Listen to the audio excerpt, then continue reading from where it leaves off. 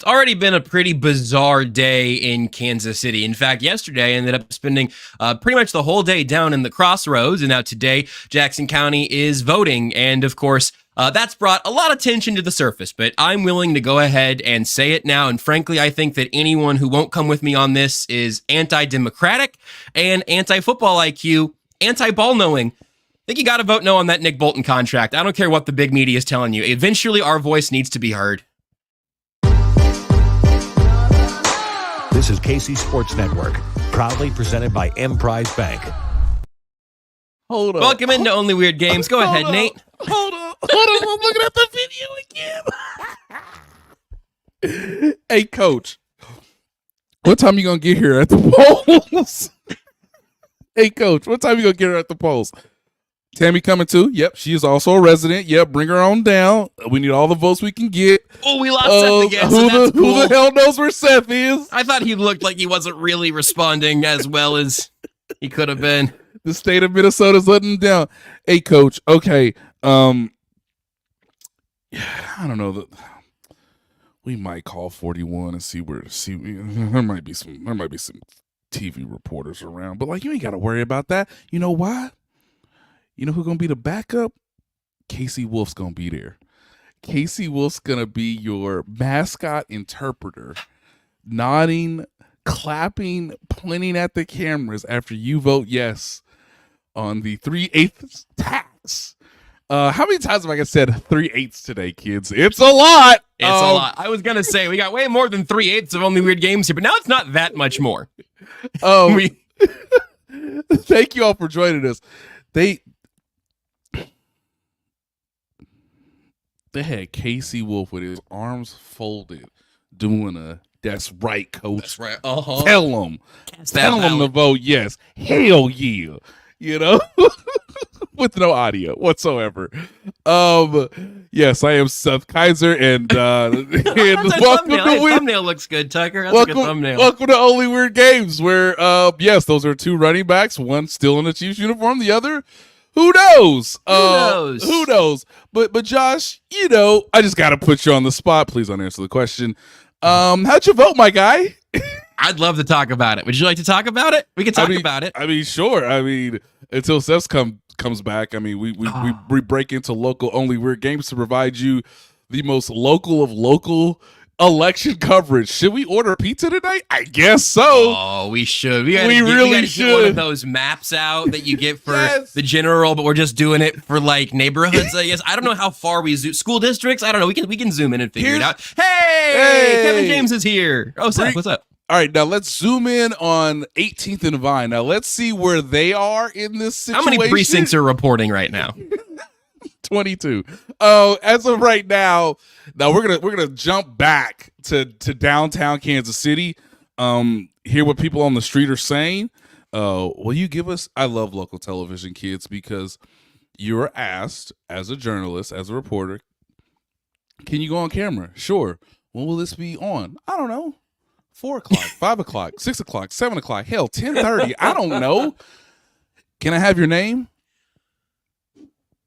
No, take your time. I'm just waiting. Can I have your name? Can we spell it so we get it right? Yes, on this shot? Yes. Spell it on this piece of paper. That way I can get it back to the producer in the truck. You're not going to give us your name, but you're going to tell us how you feel about the 3/8 tax vote. Okay, you want to tell Clark Hunt and John Sherman what to do, but you won't give me your name. You won't tell me your name on television. Why would you? I mean, come on. I love local politics intersecting with sports because it just feels good, especially when they bungle it and rush it and can't communicate it quite well. It's incredible. Yeah. That's where I'm at. Now that Seth's back, we can really get into the Jackson County of it all. I just really can't believe ballots have been cast. Most people who are going to vote probably already have.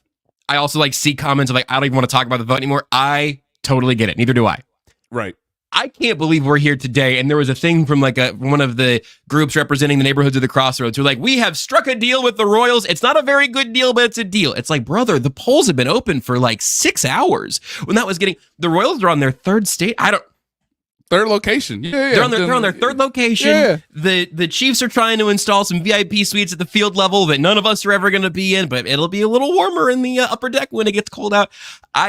And look, I also have had my frustrations with sort of the opposition groups that have, I think, missed some layups in search of some Caitlin Clark threes of like, yeah, but what about the K? It's like, well, that's not where I'd start. But we're here now, and I don't know, man. It's too late for hashtag messaging, and it's too early for hashtag analysis. So instead we're gonna talk about, let me check my notes, Clyde Edwards-Helaire, and Seth is gone. I was just about to say, and Seth, when you dribble behind your back to a fadeaway, 30-footer, when you release the ball that Save the K isn't what we're talking about, right? The owner who purchased the team said they did stop with the concrete thing, though. It seems like, right? The whole like the concrete cancer did that get cured? Is concrete cancer? Did we finally find the cure for concrete cancer? But when he introduced himself, he said, "Hey guys, I'm here to bring new, sparkling stadium, perhaps downtown. That's why I bought the team." Uh-huh. So that Save the K thing, that has nothing to do with this. No, I don't want to save really. the K. The K ain't gonna be saved. What you talking about? Save the K. All right, let's see the 30-footer. Let's see if it goes in. Step back behind the back from 3. Yeah, it's both sides have passed on some layups to me, and it's I guess if anyone wants to hire me to run their next political campaign, you probably know how to reach me. I'm at JB Brisco on most socials. Sorry, too late for this one. The best thing I saw, Seth, now that you're here again, is that Emmanuel. Hi, good to see you. Good to see you too. The best thing is Emmanuel Cleaver, who I love to death, who I grew up with, said, "Hey, dog, this Kansas City, Missouri," and banged on the table. Everybody cheered. We can go home now. We can go home now. It's Kansas City, Missouri. That should do it, right? And that's enough to get up all the other issues. Now let's get back to Clyde Edwards-Helaire being the football player for your Kansas City, Missouri Chiefs. So, do you guys want to know how well things work?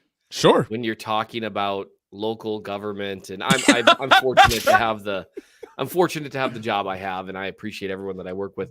But right now, so you're going to see me, those of you who are watching live, you're going to see me looking down like this a lot. That's because I can go on my laptop because the Wi-Fi is working, but the direct line to my other laptop, to my work computer, isn't working. But I've now hooked up my laptop to my camera that's connected formerly to my work computer, because for some reason, half our internet doesn't work. But yes, please, by all means. It's like a terrestrial radio station. That's crazy. Seth, if this doesn't go through, is there a plan B? You know what? They will either. Are you threatening to leave? There's a very real chance of also prosecuting in Clearwater County, because you know what? If Hubbard can't meet my needs, I mean, it's not honestly, it's not even new Wi-Fi, Seth. I'd like it's to the build same Wi-Fi. I'd like to build that's an extension at my continuing. house, and honestly, I don't think I'm being unreasonable here. Think of all the happy memories that I've made at that house. Look, I personally, I said last time, like, I pretty like, look, if you want to, I think we could fundraise to get you a new Google Fiber hotspot in your office, Seth. I think that we could get But the money is not gonna change. It's gonna be the same.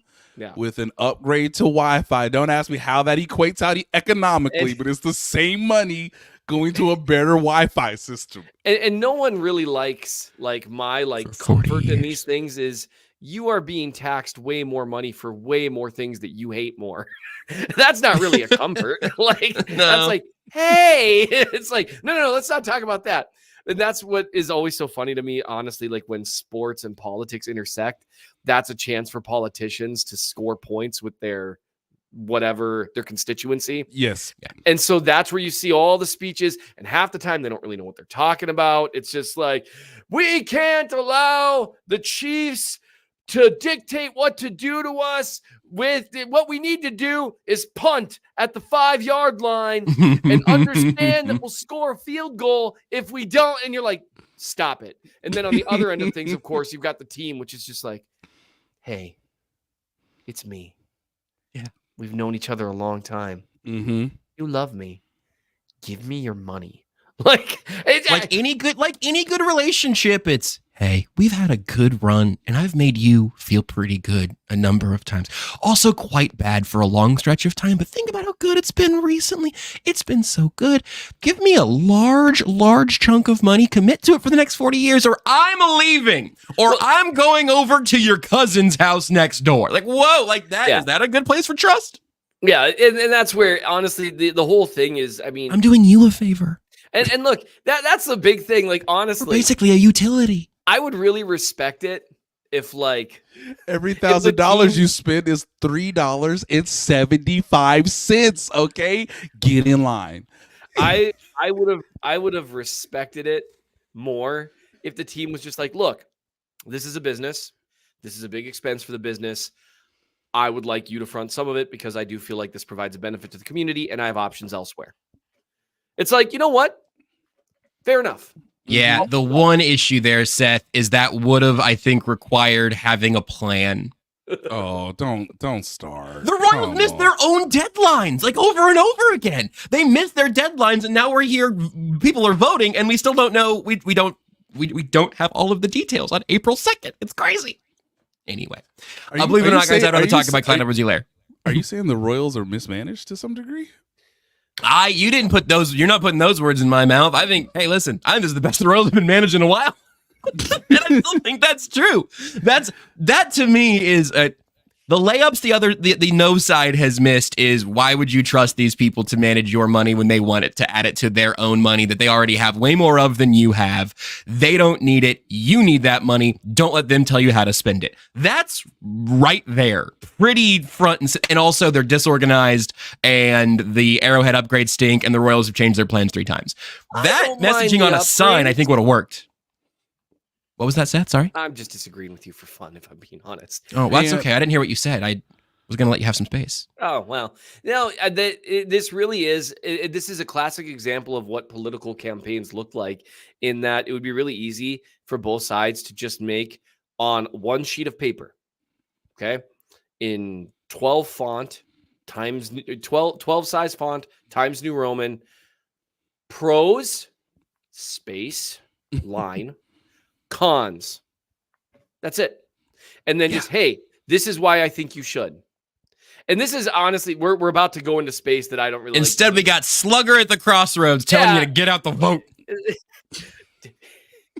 Do you want to hear the horrifying truth, or you don't want to see me sock some dingers? And like I said, at least this is a tax people get to vote on directly. Yeah, absolutely.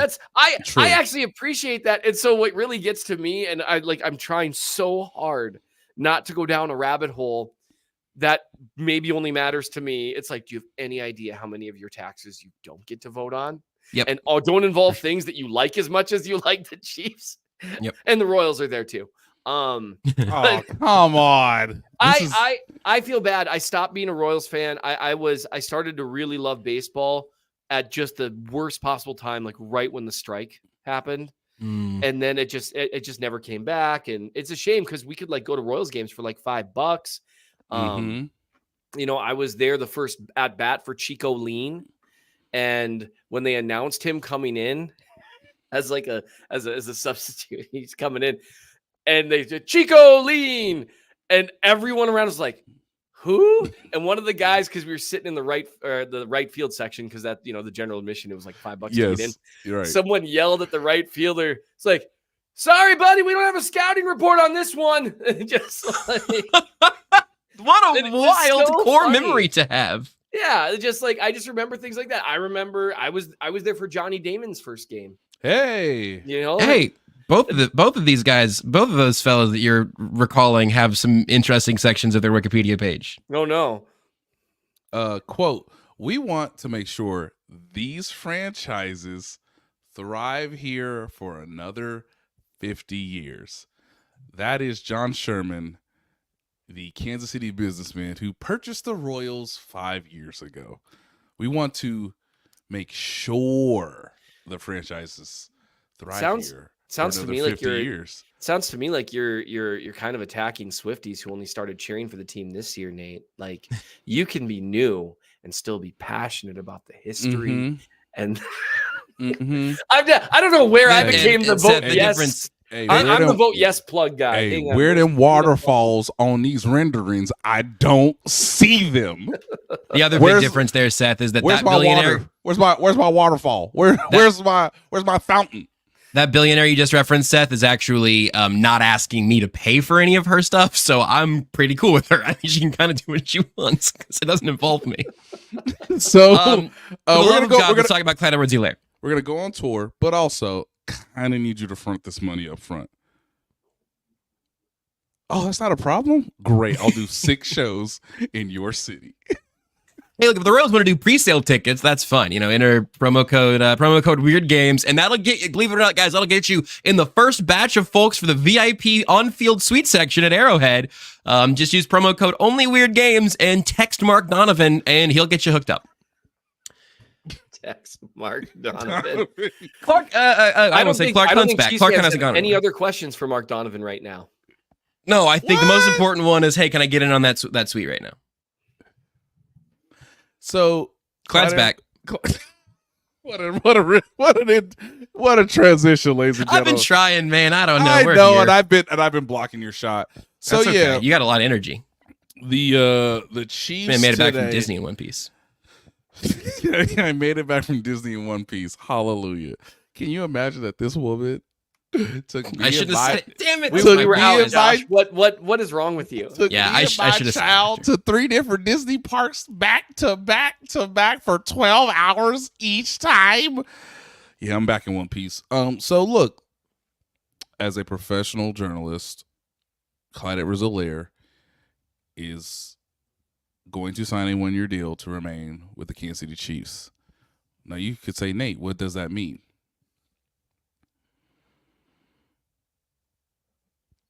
Clyde knows the system. He understands his role. He doesn't believe he can get a clear-cut, better opportunity elsewhere with a superior or equal coaching staff. Obviously, him and Patrick Mahomes have a relationship, and that has maintained. And it's not a coincidence he he agreed to a deal today with J.K. Dobbins. No. Let me tell you a completely unrelated story, Nate. Nate, okay. let me tell you a completely unrelated story. Sure. When Jazz and I first met, after we'd been talking and getting to know one another for, I don't know, 3 or 4 weeks, she had a conversation and see, she's not here right now, so this is great.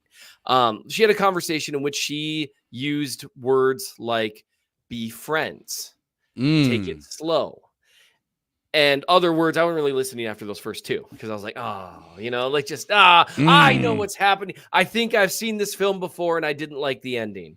And so then I may have run into someone and may have tentatively made potential plans. And then her needs were terrible, but and then I may have been talking to Jazz later that day. Said, look, here's the deal. Ran into someone that I used to know. Made somebody. Yeah. She didn't have to cut me off. Yeah, it's just like, and I was like, look, hello, I would like to maybe not get together with this person. You know who I'd like to get together with? You. I think you did kind of Clark Hunt this thing, huh? I think you're pretty keen. I think I said some version of that to her. I think you're the keenest girl that I've ever met. And I really don't. I actually did say, I don't want to go. I feel bad about this. I'm sure this person's not a listener. And I hope she is. Stop listening. Stop listening, Samantha. Stop listening. I never did. Hey, if you had a short and regrettable fling with Seth Keysor in the late 70s, then okay, early 70s. 70s was too me. you say early 70s? You're such I a did. schmuck. And so I just said, look, here's the deal. I don't want to just be friends. I think you're awesome. I'd like to date you. I don't want to date this girl. I want to date you. However, if you don't want to date me, fair enough. Which this is very unflattering for this other person. I'm realizing now with the benefit of hindsight. Stop listening, Samantha. Stop. Were you also telling Jazz she needed to take a lower cap hit? I was just like, you're going to have to accept a few things. Like one day I'm someone that may one day go on a podcast and talk about this. But anyway, when did you stop? When did you, in this analogy, when did you draft Pacheco? Because that seems...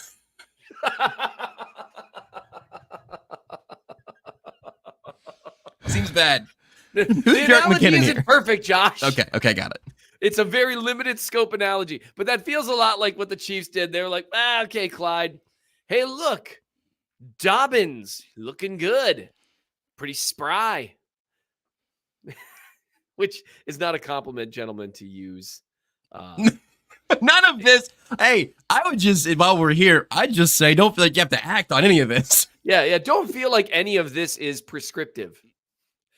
I feel like that should be like that would be our caveat at the beginning of every That should just be rolling on the bottom, on just a little ticker at the bottom during the this. entire show. I actually like the idea of Dobbins. I think he's a little more explosive, but he's gotten hurt so many times. And honestly, I saw so many people upset that they brought back Clyde. And what I want to ask them is like, what do you think they brought him back to do? Like, it's going to be the same thing he was doing last year. Seth, he's not Derrick Henry.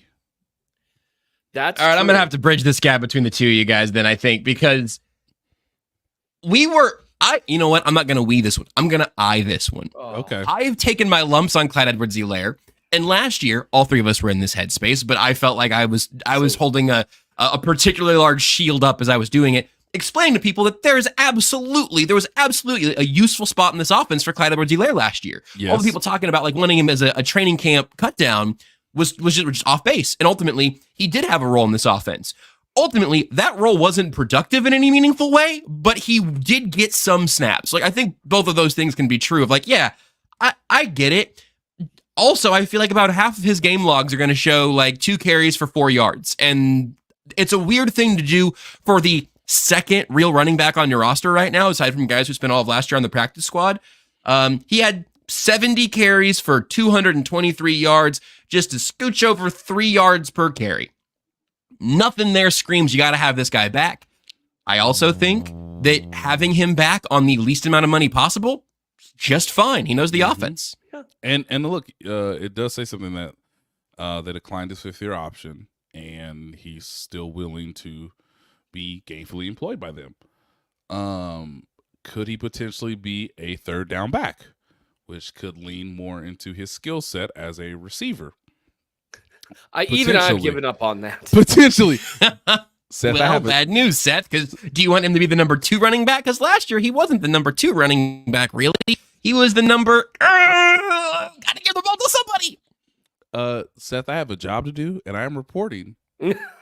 What if he could be your third down running back, having learned said role from Jerick McKinnon, and lean in more to his skill set? Did he learn how to move like a young Jerick McKinnon? I believe he was the only player to high point a catch in the end zone last year. Yeah, he did. Wouldn't have been that high of a point for anybody else. Against Miami, it was awesome. So, with that said, I can report that he has a role on the team. It's a chance for him to be a part of the group that is trying a 3-peat. And J.K. Dobbins, as I've reported earlier today, this was the first date. There can be many more dates. Flirtation has led to meaningful conversation, and there's potential for a partnership to develop later in the offseason. Because of the injury history, because you still have the draft, because you have more cap space than you did at this time a week ago, there's time for negotiation. And of course, there's no need to rush this. And I think even from J.K. Dobbins' standpoint, there's no need to rush it. And I know people have said this online, but obviously very similar to the Melvin Ingram visit, where you think there's an immediate need there. You think he could fit the role. Obviously, They're going to trade more to get J.K. Dobbins midseason than they got for Jarius Sneed. Is that what you're telling me? I knew bad faith Josh was coming right around the corner. Bad faith Josh. I knew bad faith Josh was approaching the line of scrimmage. His eyes got big. By the way, what phrase have I heard more? Bad faith 3/8. But that's to not be confused with 3/5, kids. Nobody's saying 3/5. Nobody's saying that. 3/8. See, we knew we couldn't get 3/5 passed because, I mean, obviously the implications. But what about 3/8? Some of the implications. That's the funniest one to me so far. So look. With all that half cent. No.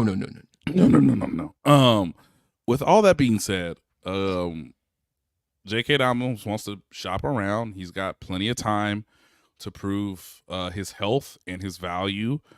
And there's still a chance that all three guys could be on the roster at some point, perhaps early into training camp if it goes a certain way. So,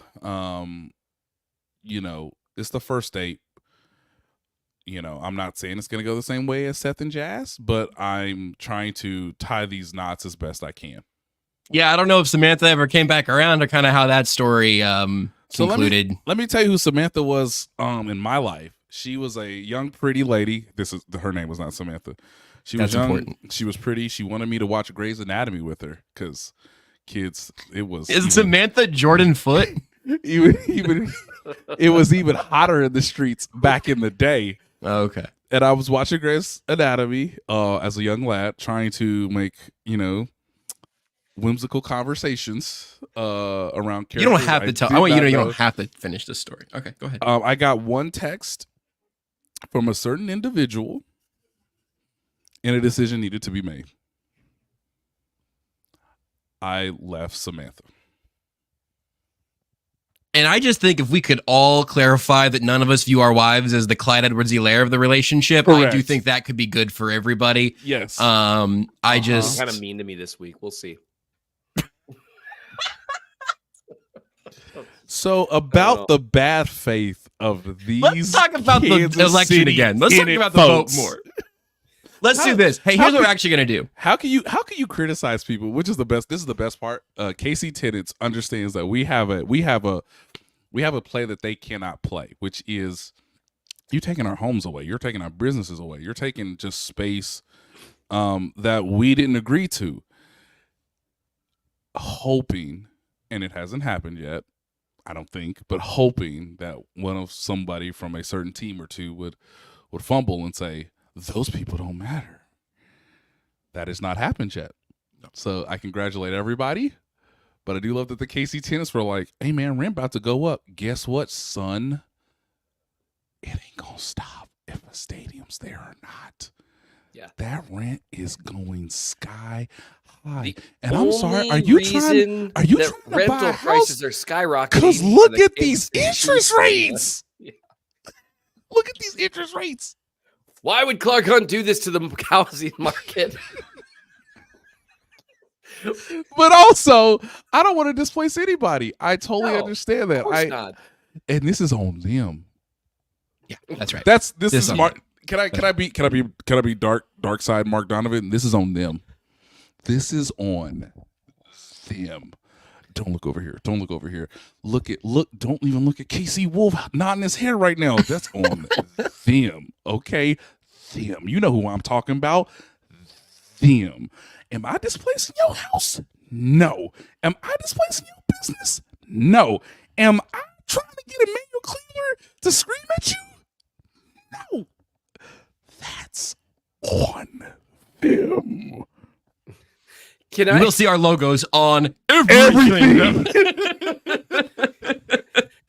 Hey, Patrick, can you say it one more time? That's right. Vote yes. Vote yes. Hell yeah. Patrick Mahomes could tell me to do a lot of things, and I probably would. So that's, you play. What if we told you to take a break?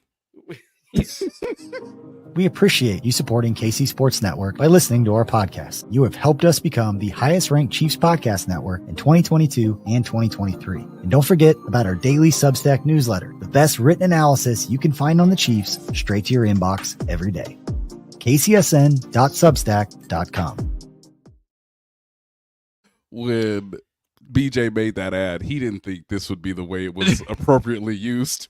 No, he didn't. Thanks, BJ. Been the plan. He didn't anticipate old bad faith Brisco. Did you see, Seth, did you see the Matter Baby? The what? Did you see the Matter Baby? I'm not familiar with that term. That's too bad. But that's so weird. What's the matter, baby? Thanks. Check out this week's episode of 21 Questions with me and Tucker Franklin, where that bit originated. I just had to give it a shot, and now I got to cross-promote. So, finger guns. Oh, good Lord. Can I just, one thing with regards to the Clyde Edwards-Helaire bringing him back. Thank you, Adam, for all the bad faith, Brisco today. That was a pretty gentle throw to break. Thank you, Adam. I thought so too. That one, yeah, I'm going to make Seth do the heavy lifting in a little bit, so I feel like I should be nice to him today, so he'll do that. Like I joined before even my internet stuff. I joined the thing and I was like, I have not had a good day. And so Josh has actually been kind of I get pre-internet crapping out. Right. Yeah. Sorry, Seth. Sorry. Booping out. Booping out. Booped. Anyway, so that's what we call it. So our dog Kiko really loves to use her nose to boop you in the nose. Yeah, I said pooping just to clean it up so I didn't have such a blue word on the podcast that you're on, but we can boop too. I got a couple dogs out here that I can boop. I appreciate that. I'm really looking forward to Bad Faith Brisco finding a way to wind back language so far that we don't even say poo anymore. This is going to be the most appropriate podcast you've ever seen in your life. I am looking right now at Pete Sweeney he tweeted this out. The scene from the franchise episode 15 where Clyde Edwards-Helaire and Isaiah Pacheco met on the field, and Clyde, who, remember, yes, he technically won a Super Bowl last year. A Super Bowl in which he was very confident he was going to play and did not. Man, I'm not looking at the comments. Dang it. Anyway, and it was really cool seeing how emotional he was and how happy he was to feel like you could tell he felt like he contributed a little bit. Yeah. He was actually part of it this time. And it wasn't the biggest role. It wasn't the most glamorous role. But I don't think Jerick McKinnon can do the third down back thing anymore. He's not really explosive and he doesn't break tackles. He's always where he's supposed to be. That's great. Can Clyde do that? I think so. So I'm happy for him, honestly. And it's going to be really funny given all the conversations that went down about Clyde on the previous iteration of this podcast, between myself and Josh. Several of the most tense moments on this podcast. Hey, I will never forget that. I went well, I think you should leave. No, I'm good. Nope. Hey, Josh. I don't have anything else to say. We got to the 5th year of this player. Yeah, we sure did. And do I feel owned? We got to the 5th year of Clyde Edwards-Helaire. I can't wait till lifetime chief Clyde Edwards-Helaire is retiring. The year is 2040. It's only Clyde and Pat Mahomes left on the team. And it's 13-time Super Bowl champion Clyde Edwards-Helaire is up on and Pat Mahomes because this is how Mahomes is. I couldn't have done it without my guy Clyde, who's been here the whole time. And I'm going to be it just in the worst faith possible, looking at Josh I told you. And it won't matter that I'm not right. That doesn't matter at all. That's never stopped you. And at that point, he might have reached 2,000 yards rushing on his career. And so I think, no, at that point, you will absolutely own my ass. No question. Stats, baby. It's just, what a silly path we took. The other thing with Clyde. Never forget in this show, the Netflix show on the O.J. Simpson trial. Why does O.J. matter? He ran for 2,000 yards in 1973. Marsha, he ran for 2,000 yards. So we're never going to get to talking about Carson Wentz. That might be okay. Look, J.K. Dobbins has only played 24 games over the course of his NFL career, which also started in 2020. Clyde's played twice as many, but he's played 13, 10, 10, and 15. It's trending up. Running back room's not done. So look, right now we're in the phase where the Chiefs are trying to shore up the 2 line on the depth chart. You have Carson Wentz. You have They signed another running back. Clyde Edwards-Helaire. We haven't even talked about Carson You said the 2 Wentz line. yet. As of right now, Mr. Bad Faith Brisco, he's on the 2 line. Okay. The 1 line is Pacheco. Let's talk about Hey, Tucker, skip one for us. All right, we're gonna move around. Let's talk about Carson Wentz for a minute. Seth and I talked about Xavier Worthy some previous. I'm seeing the future of how the rest of the show is gonna go and how much runway the rest of the show has. We'll talk about Carson Wentz. We will see where we end up on the Xavier Worthy thing. We talked about him some on Thursday, Seth, but you finished the actual review, and I think, is it fair to say, little tease? I think your opinion changed from reviewing the 23 film that you hadn't looked at a little bit, right? Yes. Just a tease. Oh, no, just a tease. Just a tease. Seth, it's just a tease. Can I go get into it a little bit? Or are we? No, were you not listening? Wentz. Oh, right. Order of service. Yeah, of course Sorry. he wasn't doing. I'm sorry. I thought we were doing 1 hymn instead of 2 hymns before we got to the announcements. That's on me. Let's do Carson Wentz here. Seth, Nate's got a cup of coffee. I've had a couple. Don't look at the screen like that. Seth, we're doing Carson Wentz. I'm looking at you. I have to look down here. Okay, here. Oh boy. Oh yeah. Worse for sure. Get in that chin. Yeah. Chin. The Chiefs signed Carson Wentz to a 1-year deal. He's the new number 2 quarterback on this roster. He is following in the esteemed footsteps of Chad Henne and Matt Moore and Blaine Gabbert, and we're here now in Carson Wentz territory. Did I miss anybody? Nope. No, you didn't miss anybody. Snaps. This is a little bit different for a few reasons. Nate, why Carson Wentz?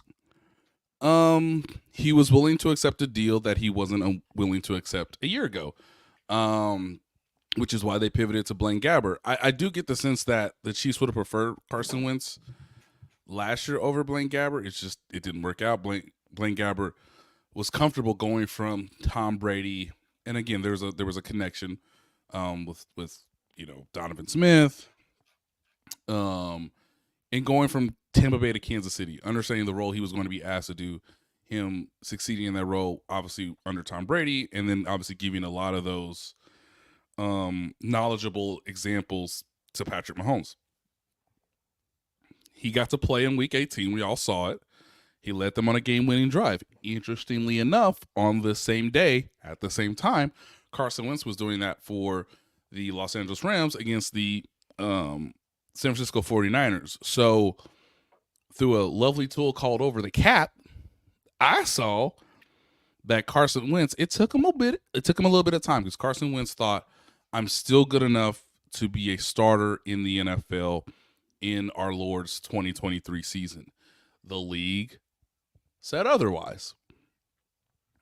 All right, well, I'm going to go to someone who is going to help not rehabilitate my career, but it's definitely going to help me continue to grow. Help me smoothly transition into where my career is, where I don't necessarily want to be a journeyman, but I do want to be kind of on the upper tier of number 2 quarterbacks. He went with Sean McVay, had success in his one start, and he was making the same money as Blaine Gabbert last year, courtesy of Over the Cap. So this time around, Blaine Gabbert is obviously older than Carson Wentz. The Chiefs got some money today with the L'Jarius Sneed situation being truly finalized. So again, according to Over the Cap, they have close to about $25 million of cap space, and a conversation was had, and Carson Wentz, I think, appreciates that the Chiefs were willing to come back to him again and say, can we try this again on another 1-year deal? And Carson Wentz understandably believes, okay, if I get the opportunity, I want to demonstrate that I am, at the age of 31, one of the best backup quarterbacks in the league. Will he get that opportunity? We'll see. But he doesn't think that there's any better place for him to do that right now than with the Chiefs.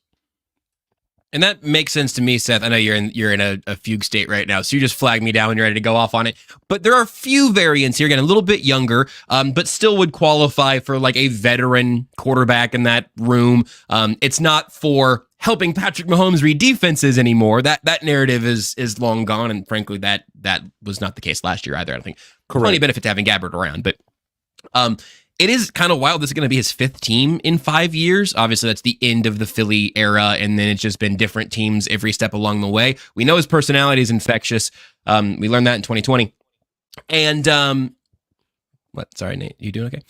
Sorry, Bad Faith Brisco has been hosting this whole show today. This guy is elite right now. He's on fire.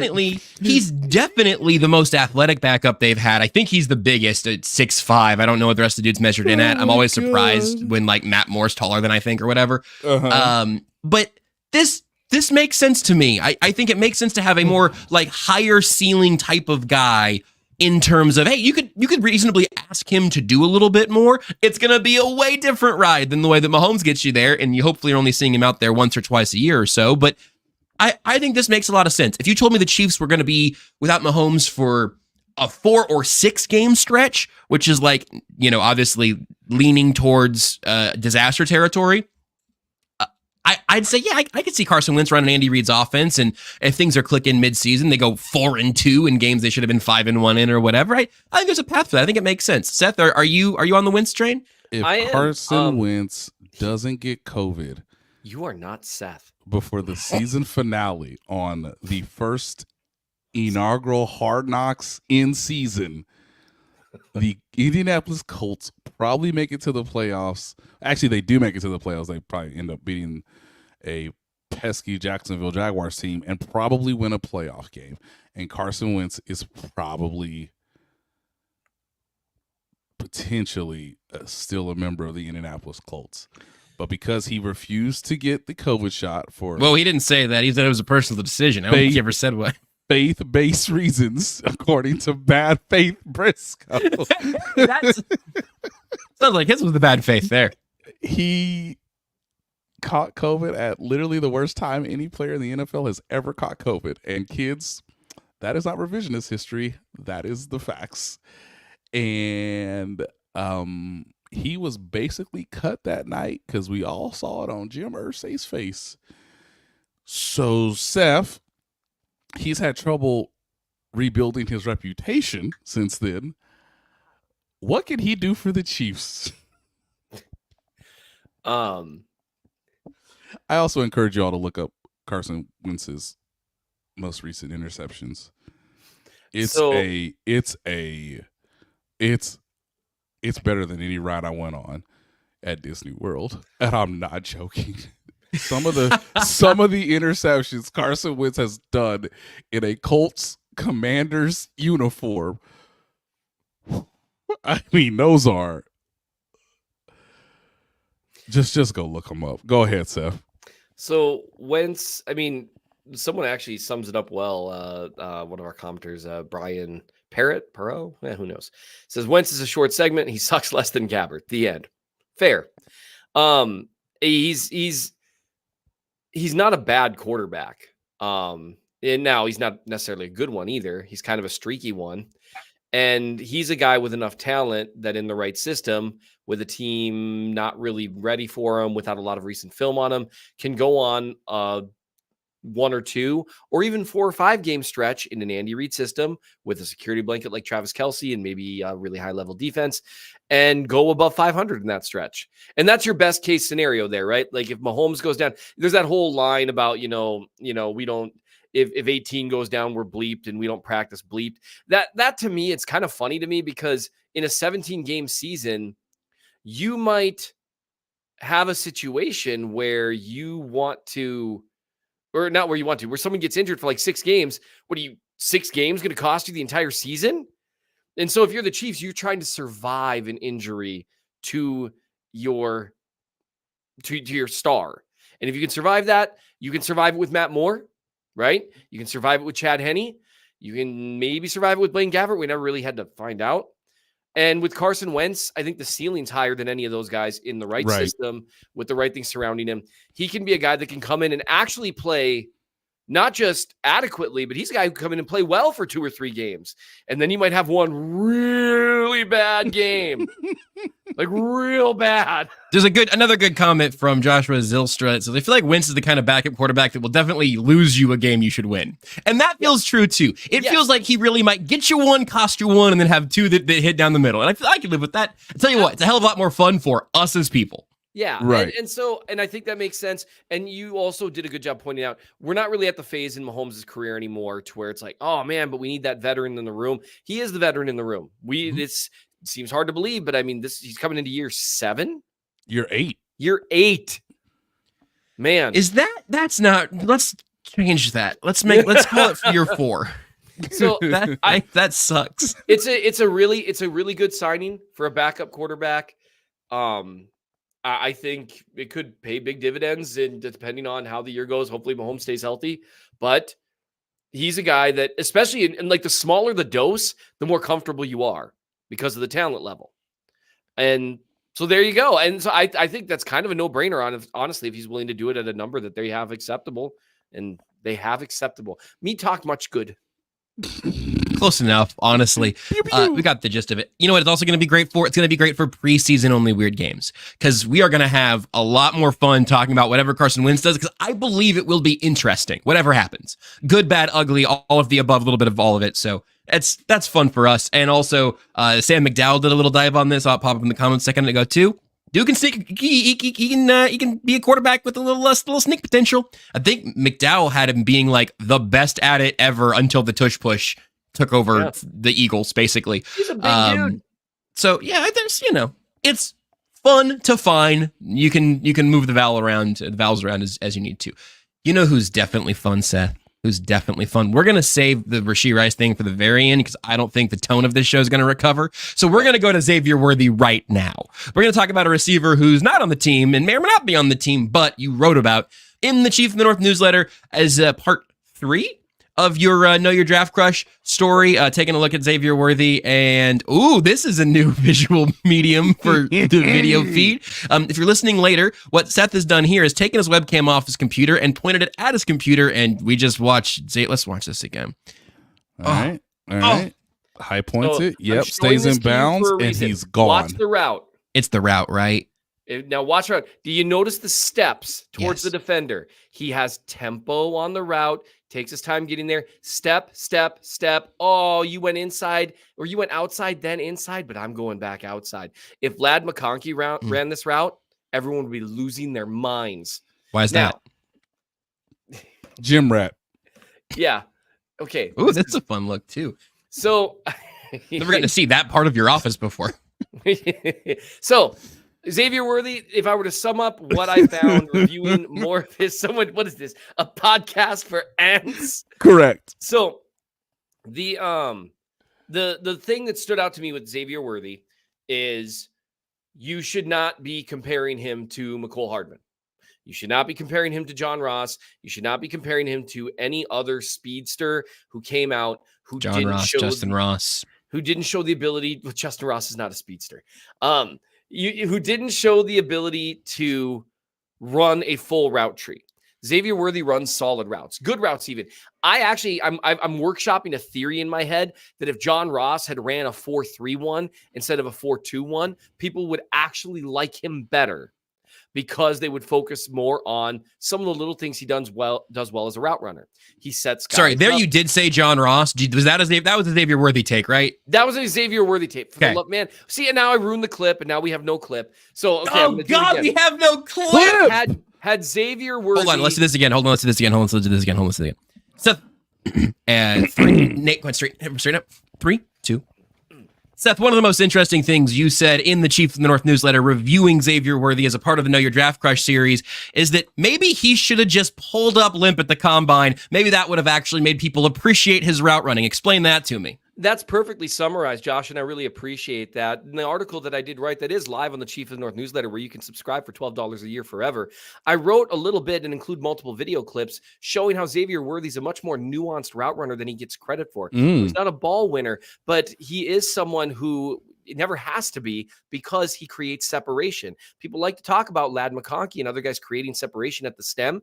Xavier Worthy does that. He has routes that are tempoed well. He's not always running full speed. He's not always sprinting. He's setting guys up. He gets them wrong-footed, gets them facing the wrong way, and then he just explodes away from them. He also shows a little bit of movement in terms of his fakes inside and outside that allows him to get down the field and allows him to create separation at that second and third level that no one in this draft class or the last several can really match. My theory is that had he run a 4.31, people would be focusing on his route running more so than they currently are. But some people hear 4.21 and immediately lump him in with everyone else that has broken the 40-yard dash. So I really like him. Seth, my draft analysis is only one thing. What is he? Is he a burner? Is he a route runner? Is he handsy? Is he possessive? Is he tall guy, win ball guy? Tall guy, win ball guy. Is he burner guy? I think he's burner guy. He is burner guy who can win at all three levels of the field. Stop it after burner guy. I only deal with label. One label. What's the label on him? Only be one thing. I know. Burner. And that really is it. When people see an extreme talent somewhere. I had to do it. And scene. This is a pretty good podcast when we are very intentional about doing a football podcast. Is he a burner? That's what I would do in the draft room. Seth, when he comes off the line of scrimmage, does he go skirt? When he didn't face a ton of direct press, and I'll explain why. That's because he's a burner. Ooh, we're out of clip territory now for sure. But I do it's because, specifically said because we just talked about Ladd McConkey on Thursday and why he does not go skirt at the line of scrimmage, even though he does go skirt downfield. Oh, he's way down here. Whoa. All right, I'm doing a great job showing this. See, this is a guy trying all to these get break down contact here. at the line of scrimmage, but he can't. And here's why: because Worthy has good quickness. Not just good deep speed. Now, he doesn't have elite quickness, but he's got good quickness and really good acceleration. And what he's really good at is getting horizontal and then vertical. So if you want to press him, you have to press this entire 4-yard area, and you just can't. And the problem is if he's able to get somewhat to the side of the defender, which he's quick enough to do, he's got that kind of jab step. They'll get him wrong-footed and then take off to get to the side. You can't actually press him because he's to the side now. And but you can't hold him. That's not allowed. And so he's really good at getting even. Now, he didn't have to face it a ton, but he did it against some Alabama corners that are real good. He had a couple where he got pressed. Yeah, it happens, but he won as many as he lost too. Now, will he be elite at it? I don't think so. He's too small. But the problem is if you miss, and guys miss as often as they hit, if not more so, that it's over. You cannot hang with him. This is not he's actually better at running through contact than Ladd McConkey, which is weird because McConkey's bigger than he is. But he is able to accelerate through that kind of sideways contact, and then he's gone. And so if you're going to press, you have to have a safety right there in case you miss. Skirt. When I went into it, because of his size, I was not comfortable. Skirt. I was not comfortable with the Chiefs taking him at 32 because of his size. After watching the tape, I'd be okay with it. And, their skill set overlap with Hollywood Brown. Well, the skill set overlap they have is they're both really, really, really, really fast, and they both run good routes. I'm fine with that being an overlap. That's okay with me. Also, one of those guys is only under contract for 2024. So, also true. Great overlap to have. Okay, well, it doesn't look like we're going to have time to get to off-season lessons today, so let's get to what the big news story has been for the last few days. This is when I'm going to let Seth, the lawyer, do the lifting as necessary. Because you've probably to this point, to save us the summary, and because a lot of this is still in the allegedly space, because there's just a lot that we still don't know, you've probably seen the majority of what's been going on around Rashee Rice. Seth, I'll let you kind of even set up what you think matters right now, what of the story has kind of caught your eye, and where you've left things. Also, again, another little cross promo for the newsletter, but Seth wrote a whole deal over on the Chief of the North newsletter about both his thoughts on what's going on here and also the ecosystem that demands us to have thoughts on what the legal process may be for a wide receiver who plays for the football team that we cover, despite none of us practicing law in Texas. So there's the whole ecosystem that comes with that. So with that being said, Seth, what do you have on the Rashee Rice situation? Sure. And I don't think I'll talk about it too much. So the article I wrote, I actually started off with this idea. The title was, or not the title, but it was Rashee Rice and the need to have a take. And the Chiefs wide receiver may be in some trouble, and I'm supposed to have an opinion about it, so here it is. And just to warn people in advance, I might sound a little flippant talking about this. I apologize if I do. I have prosecuted probably over 1,000 DWIs at this point. I'm not saying this is a DWI case. I have no idea. I've prosecuted hundreds of careless driving cases. I've prosecuted more cases that look like this fact pattern with, albeit less expensive cars involved. I've never prosecuted one with a Lambo. But so I've seen a lot of this. And so it's very easy for me to come across as callous to it. The first thing I'll tell people is that the law generally doesn't prosecute people on what might have happened. This could have been much, much, much, much worse, significantly worse. And if Rashee Rice was driving, or honestly, even in the car and kind of encouraging racing on a highway, it was stupid, thoughtless, selfish, unbelievably arrogant, dumb beyond belief. And if I had an opportunity to say that to him, because he's a 21-year-old, 22-year-old guy, I would tell him that and just be like, dude, that's dumb. Mm-hmm. That is taking other people's lives and putting them at risk because you felt like going fast. There's lots of country roads, man. You want to be stupid with a life, go be stupid with yours and race on a country road. Still shouldn't do that, by the way, because people drive there, by the way. And I've dealt with CVO cases where people died because of that. So never mind. Don't do that. Go to a racetrack. Do anything else. But whatever. I'm not going to sit here and pretend that because something worse could have happened, that I have to treat it like the thing did happen. I'm not going to act like this was the worst thing he could have possibly done. It was stupid. And again, and that's the problem. We're really good at being one thing or the other thing, right? We're really good at being either full of justice or full of mercy. Seth, give me the label, Seth. Yep. I go by label. One label. Yep. He's got to be this horrible guy, or he's got to be this poor kid that doesn't know any better. It's not one of the two. It's yes and that's where like there's got to be room for grace and justice, because people's cars got damaged. People got really scared. There was a kid in one of those cars that could have been way worse, man. And you should have to pay through the nose if you were involved in this, and you're going to be one of the more broke NFL players for the next few years because you did something really stupid and selfish. And I have no problem with that. I do dislike the fact, and I understand that the NFL is a unique job, but kind of our obsession with like someone's employment being the justice system, that's kind of weird to me, because I can count on one hand working in child protection and violent felony domestics over the last 4 years, the number of people that have called me demanding someone's job when they've done way worse things. And it's just because we're aware of it doesn't make it worse. So that's a frustrating thing. And that's probably going to get me in trouble from people. But I'm trying to talk about, it's okay to be two things at once. It's okay to say, yes, there absolutely needs to be justice here. There should be a focus on the people who were affected. There should be a focus on restitution. And then there should be a focus, secondarily, on straightening out someone who did something really stupid. Hopefully, if he's got a decent attorney and he was the one involved in this, and we'll see, hopefully he's got an attorney who looks him in the eyes and says, you're lucky to be alive. You're lucky you didn't kill anyone. Don't ever do that again. That's what good attorneys do. And that's a true story. Here's what so with regards to all of it, everyone knows by now, right? I mean, everyone that listens to this show has seen the dash cam footage. They've seen the photographs from TMZ. Some information's coming available from the rental car company of all places, which, man, you talk about paying through the nose. That rental car company is going to want a brand new Lambo, and he is on a second round contract. So he's going to be paying for this for a long time if this is all him. Here's what I would say in terms of the case itself. Because fleeing the scene, not great. It's not great. It's a crime in almost every state, and there's a reason for that. Because it's this intentional attempt to avoid accountability when you screwed something up. That's not cool. But you know who does that? Lots of young people. You know who did that when he was 18 years old and crashed into a parked car? This guy.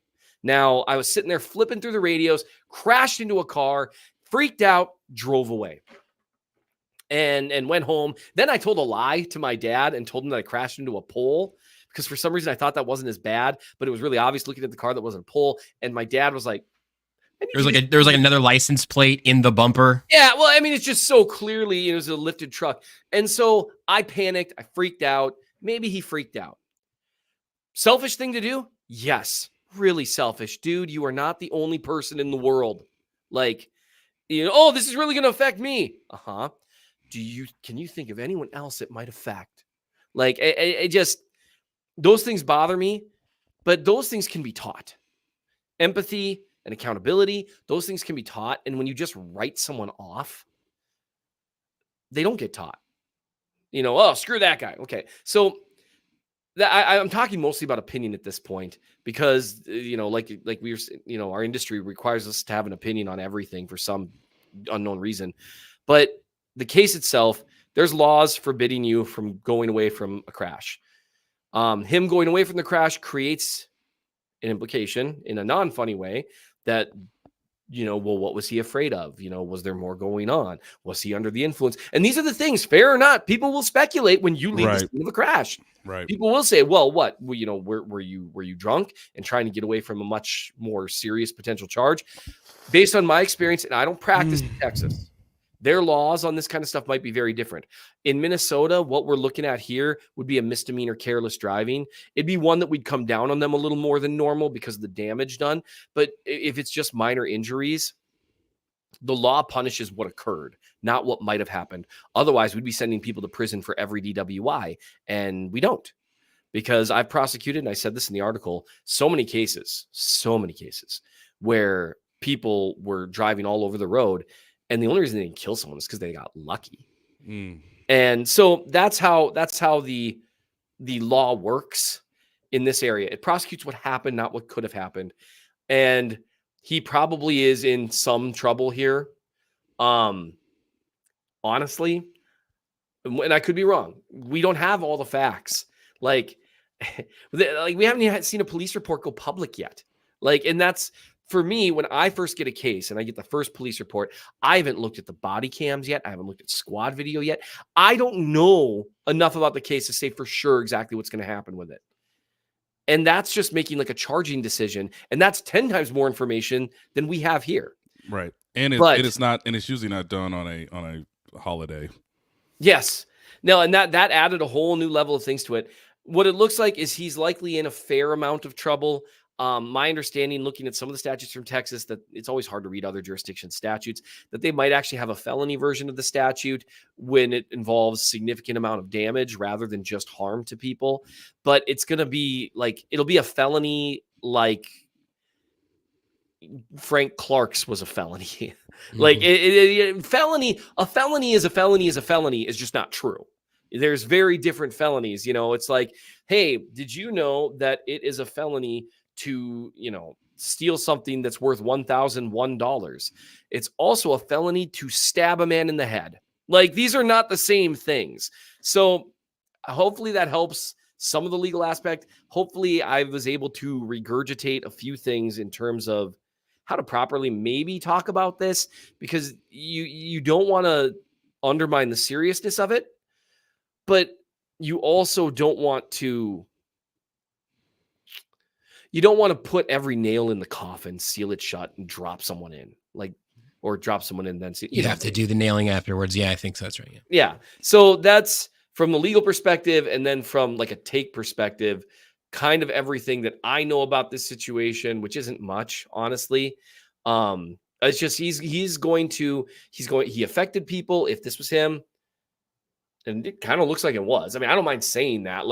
It certainly appears that it was probably he was at least partly responsible. Right. TMZ, interestingly, is reporting that it appears that he wasn't driving at the time. Ooh. Now, again,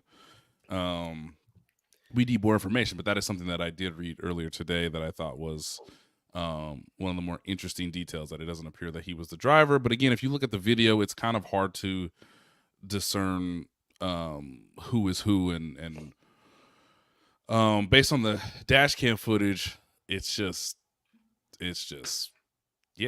stupid. Yep. Guys, this is not Fast and Furious, and it doesn't need to be Fast and Furious. And it's unfortunate. Obviously, we're thrilled that no one died from this, but obviously there were a couple people that did go to the hospital. Yeah. The Chiefs have said, and I do need to make this point too. Mark Donovan was asked, I believe, about this yesterday or 2 days ago. I can't remember now, but no, standard procedure from the Chiefs. They're gonna get as much information as they can. Of course, the Chiefs have their own investigators. I'm sure they're looking into this as well, as much as the Dallas Police Department. It's good that Rashee Rice got, and I think you made this point earlier, Seth. It's good that Rashee Rice got some legal counsel, and that legal counsel has advised him to cooperate, which appears to be the case. So it could be worse. It's not great, but it could be worse. So it's just really unfortunate. And I don't know how much, I haven't thought about this a ton, I should say. But in terms of next season, if you want to think that far, this could be considered a violation of the NFL's public or personal conduct policy, I should say. It might have been the biggest NFL story of Easter weekend, which maybe shouldn't matter, but totally does in terms of exactly that, in terms of damage to the shield or whatever. Yeah, that was the NFL thing on the bottom line all weekend. Right, and Goodell, and it was police looking for Rashee Rice, which I think is not great. I don't know how fair that phrasing ultimately is, but that's what it ended up being. It's the police are looking for Rashee Rice. That makes it sound like a manhunt. Don't believe that's what happened, but again, that's the verbiage. Well, he walks on foot. What we can tell on video, allegedly, and we don't know where he's going. No one knows where he's going. So by nature, yes, we would like to speak to him in regards to, hey man, this vehicle is in your name. That vehicle was in a reckless driving accident. Can we talk to you about it? And I'm sure, as Seth said earlier, his counsel said you might want to do that. You might want to do that versus what you were doing. And I want to address something here because we got a commenter, and I won't say anything. I'm not looking to pick on anyone. He says, "Yeah, but getting legal counsel isn't necessarily a good sign. It's a nothing burger.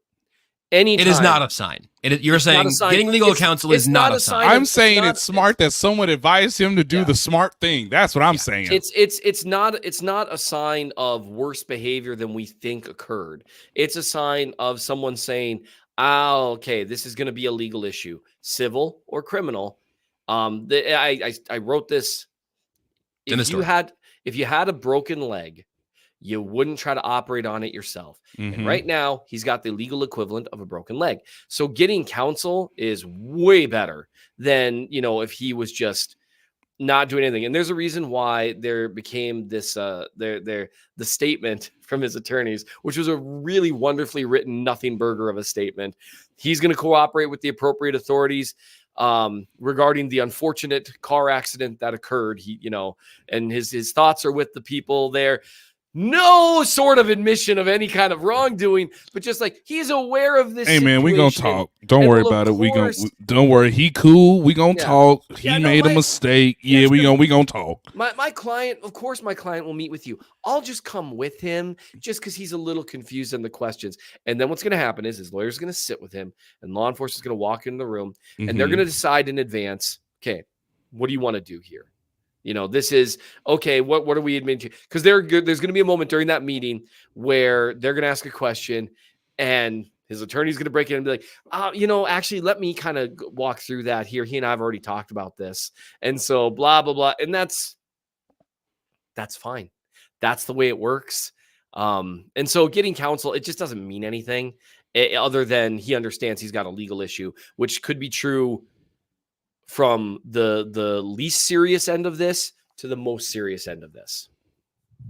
And even if it's on the least serious end of it, you would want to have the legal counsel make sure you're making your case that this is on the lowest, least serious end of that. Yes. Yes. There's also, just again, to be clear, because there's been a little bit of this up and down throughout the comments as well. None of us are saying that Rashee Rice was or wasn't driving.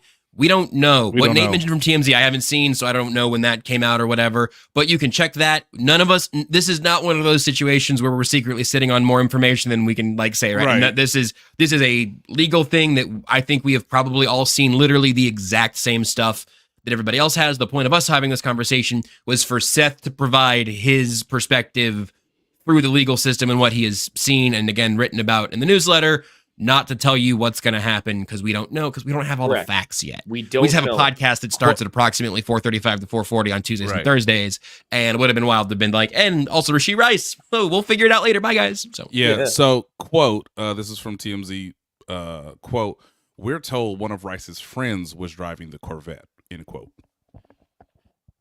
And was that, hold on, is the Corvette the second vehicle?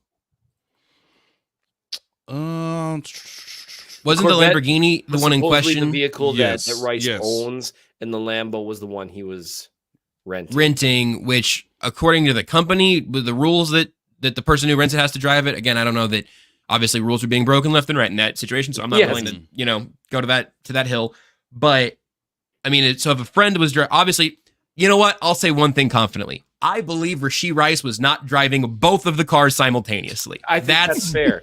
I'm willing to. Way that let me maybe he was trying. I'm trying to read as much as I can, guys. Hold on, Seth. You're my legal counsel here. Let me rephrase that because I don't want it to get clipped the wrong way.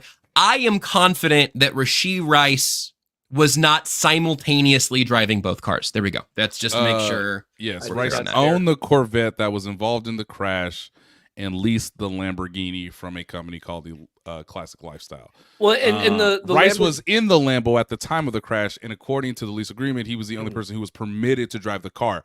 I don't believe TMZ says that he is indeed the driver. He says TMZ is reporting along with other news outlets that he was involved in the crash. So that's I've seen multiple people say that he was leasing it for almost $1,800 a day. Is that in that story? I hadn't seen that. Yes, was leasing a 2021 matted black Lamborghini for $1,749 a day. Yes. And it certainly looks, if you base it off, the other pictures, TMZ, honest to goodness, the stuff they're able to get, and when you have the ability to just bribe people, it's unbelievable what you can get. But I mean, it's allegedly, just to be safe. I don't want TMZ's heat. Yeah, allegedly bribing people. I mean, I'm sure people are just sharing information. Sure. I mean, I don't think legally, Josh, I don't think we need to do that. But I think they're allowed to pay people. But I think the Lamborghini is the one that ends up in the middle of the road, right? And that's the one that it certainly looks like on the video that it's him getting out of. And certainly looks like he gets out second out of the passenger side. Take from that what you will. I mean, who's to say what really happened? And that's the other thing, just on a side note, in terms of whether stuff gets filed, we can look at something and be like, well, it's pretty obvious what happened. But pretty obvious is not the standard of proof. And that's something that defense attorneys love reminding me, and they should, that's how it goes. So we'll kind of see where it goes. I'm really, really glad no one was hurt worse. This could have been way, way, way, way, way, way, way, way, way worse. And instead it has an opportunity for him to learn about empathy and consequences. Well, the consequences of this show being an hour and 12 minutes is we're definitely not going to get to my off-season lessons. So another extensive one for us here today. If you want to read more, Seth wrote about it again, the Chief of the North newsletter. Nate's back from Disney. At some point, we're going to get Disney stories. That might be Thursday's nonsense tab. Sure. And we can get more of the tales from the road there because I am very intrigued by them. I also have been holding this since the beginning of the show. I almost got it when Seth was having internet issues because somebody asked early on how many times I've listened to the new Glass Animals song. It's a trick question because it's not out yet. Somebody's maybe it leaked, and not in this house. It didn't. I've listened to it exactly one time because yesterday Glass Animals did a surprise listening party in Kansas City where the lead singer of Glass Animals was in Kansas City, which he said was like his second home, and then said to us, I asked about it. He said, really, Kansas City might be my first home because the weather in London is terrible. So I think we get to claim Glass Animals now, even more so than we already have. I would say shout out to Sam, who at one point went, "Are you Josh Brisco?" And at that point, I was terrified because this is a good crowd of people. We were all in a good space. I didn't know what the second half of that question was going to be, and so I get to do the shout out today, which is shout out Sam, who said he's a big Only Weird Games fan and listener, and we ended up in the same group together and everything. So me Hallelujah. and Sam and Renee and then several other strangers who I didn't have long conversations with or learn the names of got to listen to Dave from Glass Animals play the new song for us. It was very cool. And it's what led to me being in the Crossroads for about 6 or 7 hours the day before this vote happened, which was also kind of a wild experience. And the new song is great, and the rest of you plebeians can hear it tomorrow, but I already heard it once. I already heard it. Look at these ears, kids. That was good faith Brisco yesterday. I had to keep the faith. That was. Yes, we will get to Disney World in a little bit on Thursday. I would just say, look, polls is closing. Get in now or not. Are they kids. still open? Are they still open? Are they still voting? I think you get to vote till 6:37. You have to be in the line at some point, kind of like Disney as well. God, dude, we've got to get out of here before the polls close. We'll get out of here. All I'm saying is a vote. A vote, yes, is maintaining status quo to some extent. It's extending status quo. Yes, to some extent, because of course, a downtown baseball stadium, polls are open till 7. You still have time, which means we can do another good 57 minutes. Yeah. Time to talk about the off-season lessons. I thought Seth had left, but I think his internet just froze again. He's just No, frozen. I'm here. I'm